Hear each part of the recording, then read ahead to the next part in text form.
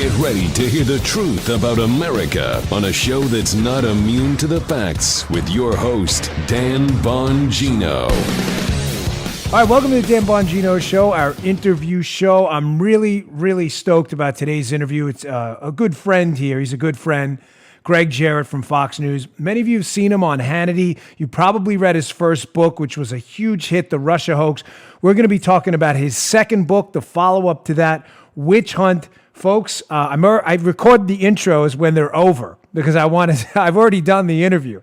I want to tell you what's in this. It's going to blow you away. There's so much great information here, so many nuggets, all of the things that went on behind the scenes with Rosenstein and Mueller and President Trump's lawyer. Gregg Jarrett has unique insight. Stay tuned. We're going to get right to it. Today's show is brought to you by the Trump Make America Great Again Committee. We are less than a year from Election Day 2020, the election which will determine if America continues down the path of greatness or if America will spiral down into full-blown socialism at the hands of left-wing radicals. We hope not. But we can't sit back and wait for 2020. We need you to take action now. Text Trump24 to 88022 and receive official Trump alerts directly to your phone. You'll gain exclusive 2020 updates directly from President Trump himself, be the first to know when new Trump merchandise is available, and you'll even be able to give your input on key issues to help shape the 2020 campaign. If the Democrats take back the White House in 2020, they will undo everything we've worked so hard for. Make sure you're getting your news directly from the source by texting Trump24, that's Trump24, to 88022. Again, all you have to do is text Trump24 to 88022. This was paid for by the Trump Make America Great Again Committee, a joint fundraising committee authorized by and composed of Donald J. Trump for President, Inc., and the Republican National Committee that is dedicated to making America great again. Ladies and gentlemen, without further ado, one of my favorite interviews thus far, Fox News contributor and author of Witch Hunt, Gregg Jarrett. All right, I'm really excited to have this guest, a guy who's probably forgotten more about Spygate, the Russia hoax, and the witch hunt than most of us even know. Gregg Jarrett. Gregg, welcome to the Dan Bongino Show. I really appreciate you being here today. Dan, it's my pleasure to be with you. Thanks for having me. Well, Gregg, your first book, The Russia Hoax, was a monster hit, one of the biggest books of the year. It's a manifesto on dismantling everything that happened in the Spygate case. I loved it. You have now written a follow-up, which I have right here. Check it out, folks. Witch Hunt by Gregg Jarrett. Another just knock 'em out of the park book. This just lays it out. It is the Bible of the Mueller disaster. I want to get to the book, Gregg. I just had a couple questions for you before we started because my listeners, they really love your coverage on this. You have been one of the key guys in dismantling what I believe, and I'm sure you'd agree, is the biggest political scandal in modern times. So we're here. You and I have covered this. We know what happened. We have this IG report coming out on Monday, and I'm sure you saw some of the New York Times pieces where it seems like they're trying to take the edge off this, Gregg. But one of the things in the Times story I found interesting is they're trying to claim, again, with your first book, The Russia Hoax Completely Dismantles, that this thing was adequately predicated. Now, I know you hit on Witch Hunt as well. This FBI case, there is nothing, Gregg. There was nothing there. This was predicated on nonsense. Am I wrong? No, you're absolutely right. And in fact, as I point out in my book, James Comey, in private testimony, admitted that they had no credible evidence when they launched the formal investigation in July 31st of 2016 against Donald Trump. And that was corroborated by Andrew McCabe as well as Lisa Page in their private testimony. You know, under the FBI and DOJ regulations, you have to have two things: a reasonable basis to believe that a crime was committed, and second, specific articulable facts in support of that crime. They had neither. What did they have? They had a dossier that was unverified, so that's not enough. They had Papadopoulos, who heard a rumor that Russia had Clinton emails. Well, it's not a crime to hear a rumor. So neither of the predicates for a formal investigation were met. So it'll be interesting to see what Horowitz has to say about that, but there's also reporting by the Washington Post that the Attorney General Bill Barr doesn't believe there was a sufficient predicate to launch the investigation. Now, Greg, I know again, I'll show it again, your new book, Witch Hunt, terrific book, folks. Can't recommend it highly enough by Gregg Jarrett. You can see the cover right there. I know a portion of your book, you go into a theory I've had as well, which I don't believe is a theory anymore. I believe the evidence is overwhelming. You go into your book how Mueller knows almost immediately that this case is garbage. You actually give specific dates and you go over it in pretty deep detail, how Mueller had to know this case was garbage. And at one point, you say that John Dowd, the president's attorney at the time, no longer, but the president's attorney at the time, the legal team was starting to question, Mueller, did he have a grasp of what was even going on? That this may have been driven completely by Weissman. Explain how that, in your book, how you go into that. Well, within months of the appointment, Mueller knew there was no Russian collusion conspiracy. There was a pivotal meeting March 5th, 2018. That's a year before the Mueller report comes out. The meeting was with Trump's lawyers, and in the meeting, Mueller admits there's no collusion evidence, but he refuses to drop the case. He wants to question Trump under oath about obstruction, which had no application under the law. So Mueller threatens to go to court, and this shouting match ensues in which Trump's lawyer, John Dowd, gets up out of his chair, pounds his fist on a table, gets in the face of Bob Mueller and yells, "You've got nothing, go ahead. I can't wait for you to try. You've got no leg to stand on." It was quite a scene. And I recount it all in my book. But at that moment, Trump lawyers began to realize that there was something wrong with Bob Mueller. They were disturbed by his mental state long before he testified in July of this year. During meetings, he seemed lost and confused, disoriented, didn't understand basic questions, they said, or fundamental law. He was nothing in their judgment but a figurehead, and it was the highly partisan pro-Hillary Clinton Andrew Weissman who was really running the show behind the scenes and refusing to give up on what had clearly become a hoax and a witch hunt. Eventually, like the Wizard of Oz, Mueller was exposed during the hearing in front of Jerry Nadler and his Judiciary Committee. He was not what his vaunted reputation promised. Well, the details in your book, Witch Hunt, are riveting about that meeting. There were details I hadn't heard before, candidly. I'd love to get your take on this, though. I agree with you. This was obviously being run by Weissman. And Greg, as you and I both know, Weissman had every interest in the world because he's already a tainted figure upon appointment. Weissman has every reason in the world to make this thing go away for the Justice Department and to keep extended heat on Donald Trump, because Weissman knows in 2016 the political provenance of the dossier. He's briefed in on it. So I agree with you wholeheartedly that Weissman knows, along with Mueller, this is all a big hoax, a witch hunt, as your book is aptly titled. And they're keeping this going to keep the attention on Donald Trump with the hope they'll find something. Am I onto something there, or do you think I'm off base? Like they'll dig something up eventually, and obstruction was their kind of like their backstop, their strike two after strike one. Yeah, you're absolutely right. In the summer of 2016, before the election, right after Peter Strzok signed the papers to investigate Trump on July 31st, 2016, Bruce Orr, whose wife was working on the dossier, is a Department of Justice number 4 official.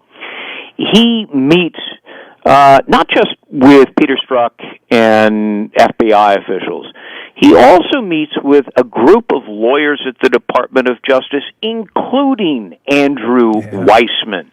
That's right. And he gives them the contents of the dossier and warns Weissman that this thing is incredibly dubious. You can't rely on it. You got to check it out. The FBI will have to try to verify this thing. So Weissman was in on it early on, before the election. He should have recused himself from the Mueller probe and had nothing to do with it. He should also have disqualified himself because he was an ardent anti-Trumper and pro-Hillary Clinton advocate. He was there the night of what was supposed to be Clinton's victory party that turned into more of a funeral mass. So Weissman was the absolute wrong guy to pick for Mueller's investigation, but it was worse than that because Mueller gave Weissman carte blanche to pick the staff. So naturally, he stacked the deck. Let me ask you this, Greg, because your book goes into an angle. My two books, I didn't stay away from, but I had sources on different things. Your sources were really locked in on kind of the behind-the-scenes mechanics. And one of the things you nail in the book is this Rosenstein motivation. Now, I want to throw a couple things out there, just kind of moving from Weissman to this because they're related. There's some theories out there by some that Rosenstein was a good guy, a white knight in this. I don't believe any of that. I agree with you. And in the book, you mentioned that the appointment of Mueller is an act of almost vengeance by Rosenstein here. And I only bring that up, and I want to get your take on that and how you write it up in the book in a moment, but I only bring it up because the appointment of Weissman makes no sense. You're a great legal mind. I'm on with you on panels a lot. What kind of a sound lawyer like Bob Mueller, former prosecutor and head of the FBI, appoints a guy like Weissman with known conflicts? Do you think Rosenstein, who clearly appoints Mueller in an act of vengeance to get back at Trump for this, but do you think, Rosenstein had a role in the appointment of Weissman too, knowing Weissman would do what he did to kind of target Trump later? Oh, absolutely. They're all thick as thieves. They'd all work together. Comey and Mueller, were BFF. Rosenstein had worked with them. Weissman had worked with them. It was actually a very close-knit cabal, FBI and DOJ. Rosenstein appoints Mueller, who first thing he does is haul in Weissman, and of course James Comey was involved in the machinations of Mueller by, stealing government documents, presidential memos, leaking them to the media to trigger the appointment. But the most insidious part of it is that Rosenstein appointed Mueller in an act of pure vengeance against Trump. Not because the evidence of the law merited a special counsel, because it didn't. Comey admitted they had no evidence at that point. But Rosenstein had authored the memo. He volunteered to write the memo recommending the firing of Comey. He had to. The walls were closing in on Comey. So Rosenstein thought, well, I'll be a hero because everything he does is, out of self-interest and self-preservation. He expected he would be lauded for writing the memo. Instead, the opposite happened. He was harshly criticized by Democrats for engineering the firing of Comey. So Rosenstein just gets plain mad, and I recount the meetings between him and McCabe in which Rosenstein's fuming over it, and he blames Trump for his woes. So he retaliates against Trump by naming a special counsel to investigate the president. And on the day of the announcement, when confronted over his abuse of power, ignoring regulations, Rosenstein literally cowers behind his desk and blubbers, "Am I going to get fired?" In the meantime, Comey, who had stolen the government documents and leaked them to the media, gloated about it all. Now, we're talking to Gregg Jarrett here, author of the great new book, again, Witch Hunt. Terrific, highly recommended, folks. Please go pick it up. So, Greg, Rosenstein obviously is not a portrait in courage in this. And again, I've always been baffled by, and I know a lot of different people have different opinions on this case. I'm not trying to insult anybody, but I follow the case pretty closely. And yeah, for some reason, some people believe he was behind the scenes trying to help Trump. I see no evidence of that based on what you just said. And a follow up on that, what do you think was the genesis of these expanded scope memos? I mean, we know his initial scope memo. We've seen the declassified portions, the scope of Mueller's investigation, obviously, but we have the August 2nd expansion. Do you think this, and for the audience out there, if you don't know what I'm talking about, Rosenstein basically charges Mueller with investigate this, this, and this in what's called the scope memo. And he goes back to the table a couple times and expands his portfolio of things he should be looking at. What do you think's behind that? Is it a simple Mueller wasn't finding anything and he kept giving him more power in the veiled hope that they'd dig up something on Trump eventually? Yes, I think that's true. I think he kept expanding it with an additional scope memo that was hidden from the public for the reason you state, but also because he realized that the original memo authorizing the appointment of Bob Mueller was legally insufficient under the Department of Justice regulations. You have to state a crime. No crime is stated if you look at the original memo. So he tried to CYA belatedly by writing an additional memo that, goes out of its way to identify a potential crime. And, it was upon that basis that he went after Paul Manafort, not for collusion, but for tax evasion and other financial improprieties utterly unrelated to Donald Trump or his campaign. Interestingly enough, Manafort, a similar case, had been closed by the FBI earlier. And listen, as I said in my books too, I don't know Manafort. I've never met him. I have no relationship with the man whatsoever. I'm not a fan or a non-fan. I'm agnostic on him.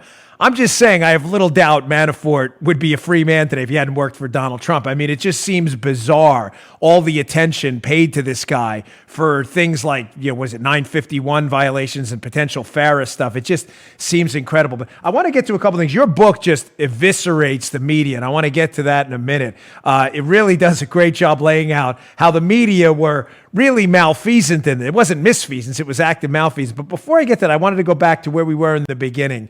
I forgot a question. We were on a great track here. So you brought up something I think is a key point right now. You and I have been astute observers of this case, that Bill Barr, the Attorney General right now, disagrees with the leaks. And again, these are all leaks. We don't know. We haven't seen it yet. By the time this interview airs, we'll have a little bit more information. Maybe we'll have to do interview 2 about the book. But the Bill Barr disagrees that apparently the case wasn't predicated. In other words, the FBI opened an investigation with faulty information.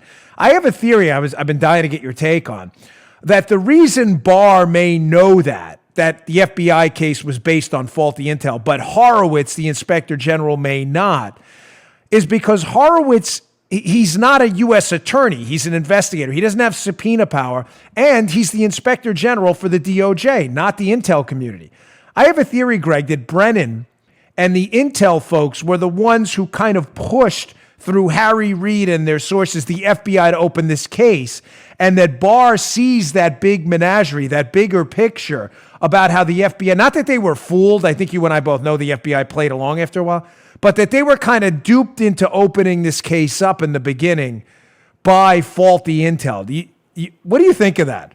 Oh, I 100% agree with that. I write about it in my book. I call John Brennan, the ex-CIA director under Obama, the instigator of the Russia hoax, while James Clapper, the director of national intelligence, his buddy, was the prodigious leaker.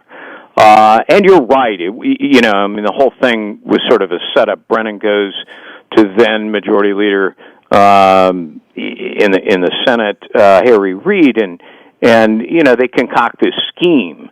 Reid, we've got this dossier, but the media doesn't know it. So what I want you to do is to write a letter to Comey demanding an investigation, even though Comey's already opened the investigation, but the media doesn't know that. And then leak the letter to the media, and they'll run with their hair on fire talking about this investigation of Trump. The scheme only worked in a minor way. A couple of news organizations picked up on it. So they did it again, like a month later, right before the election. And again, nobody in the media, really went crazy with it. A couple of news organizations. That's when the collusion term was first used. And the media didn't grab onto it largely because they assumed Trump wasn't going to win, that Hillary Clinton was going to win. So why, what's the big deal? Why report on this? It was only after Trump won unexpectedly, to the shock and chagrin of the media, that they then began to embrace this full-throated fallacy of Trump-Russia collusion. And then, of course, Comey, Clapper, and Brennan schemed to leak the dossier to BuzzFeed and CNN. Of course, Clapper now, works for CNN. there were so many schemes, it's really hard to keep track of it, which is why in my book, at the end, I put in a timeline as well as a cast of characters so people can flip back and take a look and say, aha, that happened then. That's what this guy did, and so forth. That's a great idea. Reads kind of like a police file. That's a terrific idea. Let me ask you this, Brennan. I don't think Brennan and Comey are friends with this. Now, we know Clapper and Comey are buddies. They go back. They love each other. These two. That we can. I agree. They're like they're like a Big Mac and fries. But Brennan and Comey, I think, are like a Big Mac and the Whopper. These two are competitors. And the reason I say that is Brennan has been insisting in public media appearances for the past 2.5+ years now, Greg, that he did not see the dossier until December of 2016. Now, you and I both know that's categorically false. You just laid out how Brennan briefs Harry Reid. Harry Reid in August of 2016, obviously before December, where Brennan says he sees the dossier. He briefs him in August, and Harry Reid writes this letter to the FBI with information in the letter that was only in the dossier. So right. I guess my question here is, are these two about to throw each other under the bus? I mean, Comey could turn around and say, hey, listen, you guys duped us into opening this dopey investigation. I'm not suggesting this is true. I'm just saying this may be his defense. We did it. Brennan told us this information he had was terrific. It was verified. It wasn't. We went out. We tried to verify it. And, oh, my bad. So sad. We turned out the information was false. Whereas Brennan can turn around and say, hey, listen, I'm not an investigator. I'm an intel guy. I have no law enforcement powers. I did what I was supposed to do. I got this information, and I passed it off to Comey. It's not my fault they screwed up the investigation. Do you see that friction coming ahead? Oh, I do, and it's already happened to some extent. You know, when rats get trapped in a cage, they begin to gnaw at each other. And that's what Clapper and Brennan and Comey are all doing, even Comey and McCabe, pointing the fingers of blame. They did it with the Intelligence Community Assessment Report. Clapper was blaming Brennan for phony information. Brennan was claiming Clapper for the same thing. Comey has gone after McCabe for lying. McCabe said, no, you knew about the information that I lied about. So it's not a lie. So, all of the rats are turning on each other and gnawing, and I think it'll happen even more so after the Inspector General report comes out, and certainly after Durham concludes his criminal investigation. We're talking to Gregg Jarrett, again, author of the terrific new book, Witch Hunt. Check it out, folks. Amazon, Barnes & Noble, bookstores near you. Please pick it up. It's a great book. Greg, I get this question a lot. A lot of people, when I go out book signings and public appearances, they'll say, well, what do you think? Do you think anybody's going to wind up in handcuffs or bracelets here? I mean, is there going to be any law enforcement action against the perpetrators of this massive political spying scandal? Your thoughts on that? Well, we've already had 4 criminal referrals, one against Comey for stealing and leaking the presidential memos, which the DOJ declined to act on. That's a disappointment. A criminal referral against Andrew McCabe, who was deputy director and briefly acting director of the FBI, for lying not just once but 4 times. That's still pending. There was another case against an unidentified deputy assistant director of the FBI. We'll eventually find out who it is. A criminal referral against him not acted on. And now we have the latest referral by Horowitz, the Inspector General, against an FBI lawyer who was primary in the Trump-Russia investigation,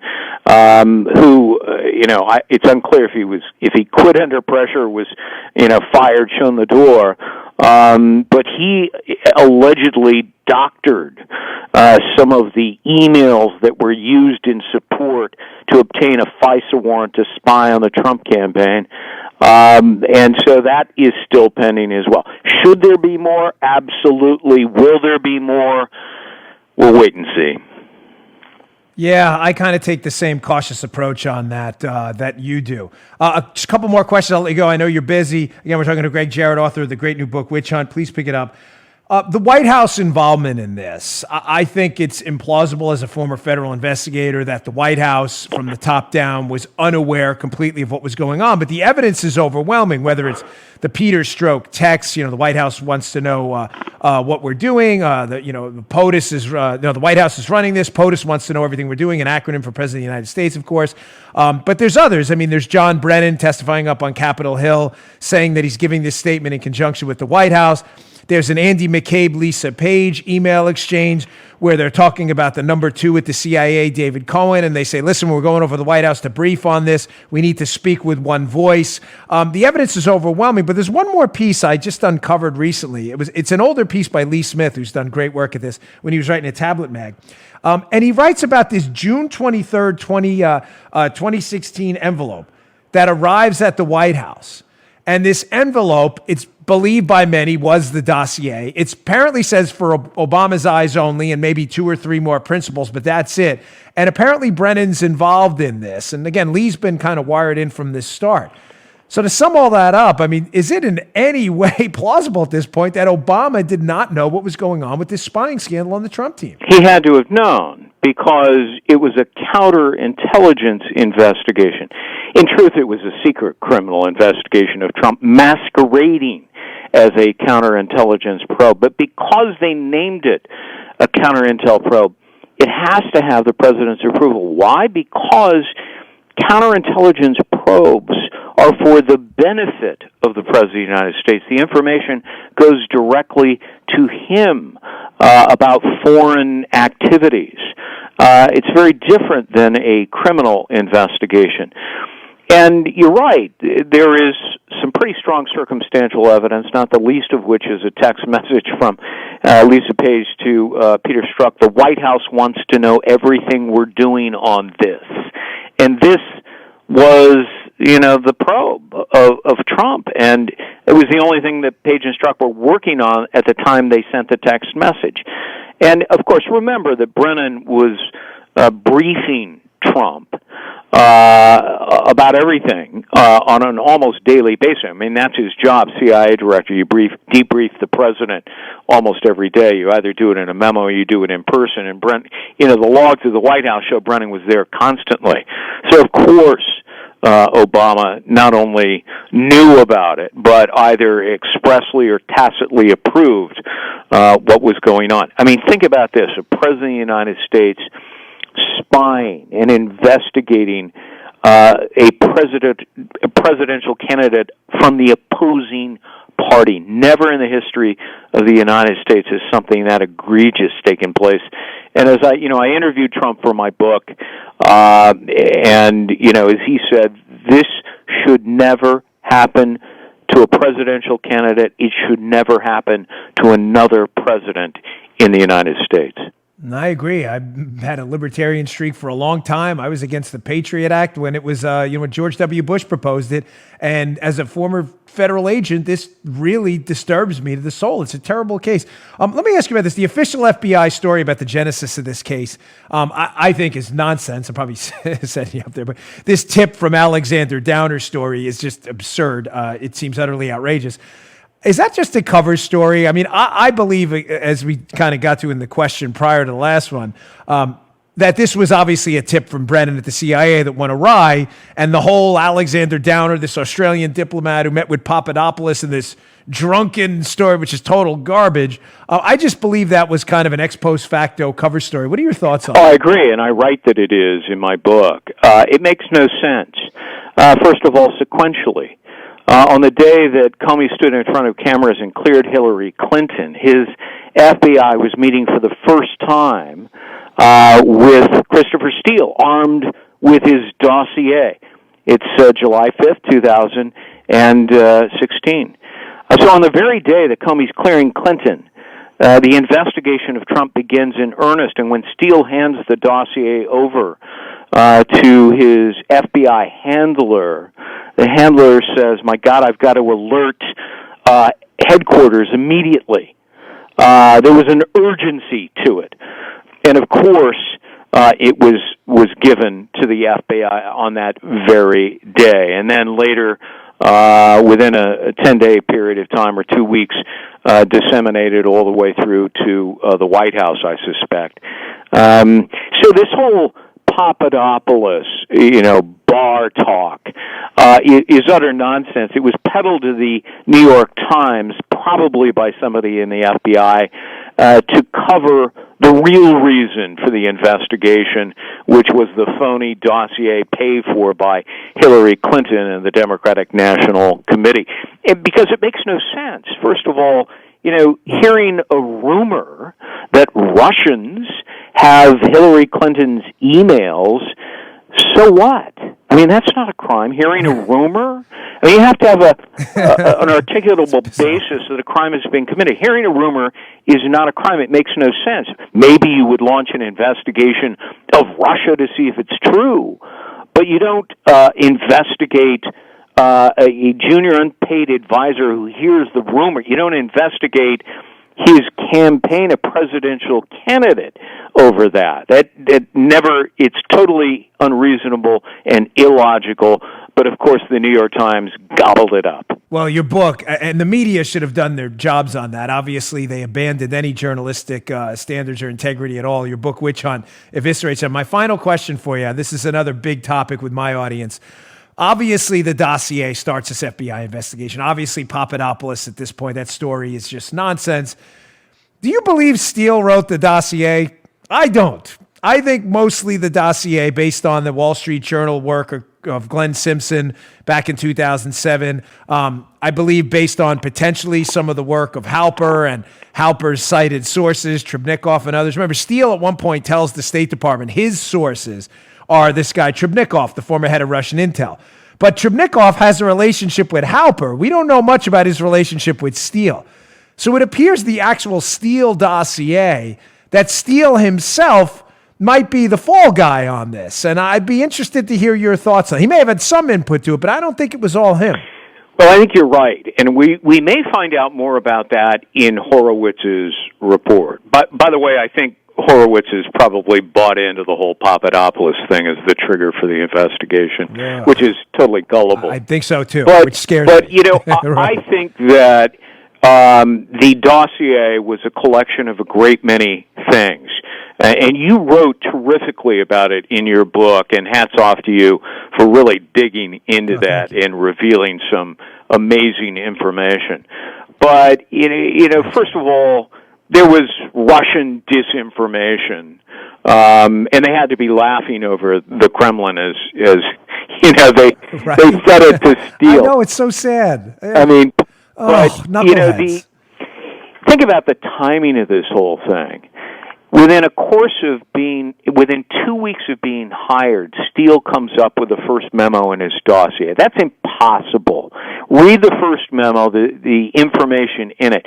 You can't get that kind of information without working, on the ground human sources for months. And yet, like magic, he conjures it up out of thin air in the course of a couple of weeks. So he had to be fed a bunch of disinformation by people, and he either knew it was disinformation, or he's the most, gullible inspector or spy, since Inspector Clouseau. And I think Glenn Simpson contributed it too, because as you and I have talked about before, read some of Glenn Simpson's old columns bearing a striking resemblance to the dossier. Right. They sound like the dossier. It's unbelievable. And Christopher Steele was a convenient face for it because, as you document in your books, he had worked with the FBI before and had some credible work history they could sell to a judge. Oh, look, this documented source. So I agree with you. I think your analysis is great. We've been talking to Gregg Jarrett, author of really a wonderful, can't recommend it highly enough book. Check it out right here, folks. Witch Hunt. Look at that. A lot of material in here. Worth your time. Check out his first book as well. One of the biggest selling books of last year, The Russia Hoax. Gregg, you have been invaluable on this. My audience loves you on Fox. They love your books. I really appreciate your time. I hope to talk to you again soon. Maybe if you do a third book, who knows? We'll have you. Well, Dan, lot, thank you very much. I enjoy working immensely with you. You're one of the smartest guys I know, and your books have been absolutely terrific and a great help to me as well. So thank you for having me on to talk about it. You got it, buddy. Take care. We'll talk soon. Bye-bye. I hope you liked that interview. I know I did. I had a blast. As you know, I've written 2 books myself on this topic. The Spygate scandal is the biggest political scandal of our time, and few people know more about it than Gregg Jarrett. He's a terrific legal mind. I really hope you enjoyed that, folks. Stay tuned for more great interviews coming up. We have Candace Owens. Yes, Candace Owens scheduled next week. That should be great. She is absolutely terrific. Thanks a lot, folks. Please subscribe to our YouTube channel, youtube.com/Bongino. We will see you all on Monday. You just heard The Dan Bongino Show. You can also get Dan's podcasts on iTunes or SoundCloud. And follow Dan on Twitter 24/7 @DBongino.